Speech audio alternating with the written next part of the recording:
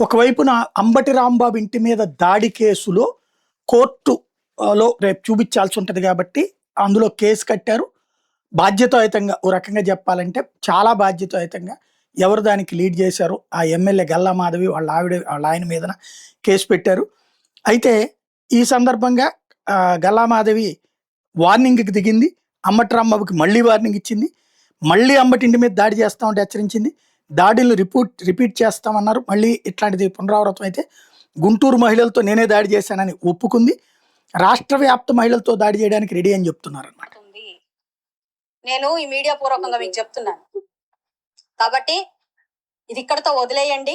ఆయనకు శిక్ష పడాలి అని అనుకున్నాము, క్షమాపణ చెప్పాలి అని అనుకున్నాం, అది చెప్పాలి. శిక్ష పడాలి అనుకున్నాం, చట్టం తన పని తను చేసుకుంటూ పోతుంది. దీన్ని అన్నెసెసరీగా డైవర్స్ పాలిటిక్స్ చేయకండి.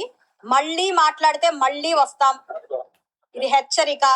మళ్ళీ మాట్లాడండి, తప్పు మాట్లాడండి, మళ్ళీ వస్తాం. కాబట్టి దీన్ని ఆపేయండి. మీ పరామర్శ కోసం పాపం ఆయన దారి ఖర్చులకి ఆస్తులు అమ్ముకోవాల్సి వస్తుంది, గుర్తుపెట్టుకోండి.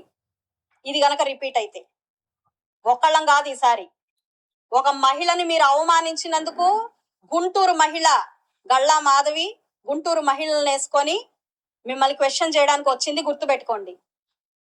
ఇదే మళ్ళీ మీరు పదే పదే గనక ప్రవోక్ చేస్తూ డైవర్స్ చేస్తూ మితిమీరిన వేషాలు గనక వేస్తే ఈరోజు గుంటూరు మహిళ కాదు ఆంధ్ర మహిళ వస్తుంది బయటికి.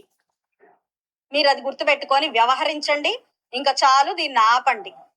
దీన్ని ఇందులో వచ్చేది ఏంటంటే ఏ మహిళను అన్నారు, ఆయన బూతులు తిట్టింది చంద్రబాబు గారు అంటే వాళ్ళ అమ్మని అన్నట్టు.